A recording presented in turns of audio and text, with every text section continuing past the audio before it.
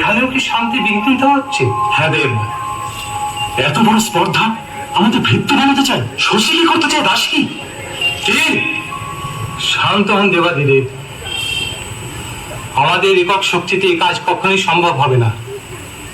আমাদের শক্তিকে সম্মিলিত করে আদ্যাশক্তি মহামায়াকে পুনর্বার জাগ্রত করতে হবে। দানব দলনে দেবী বিভিন্নবার বিভিন্ন রূপ ধারণ করেছেন।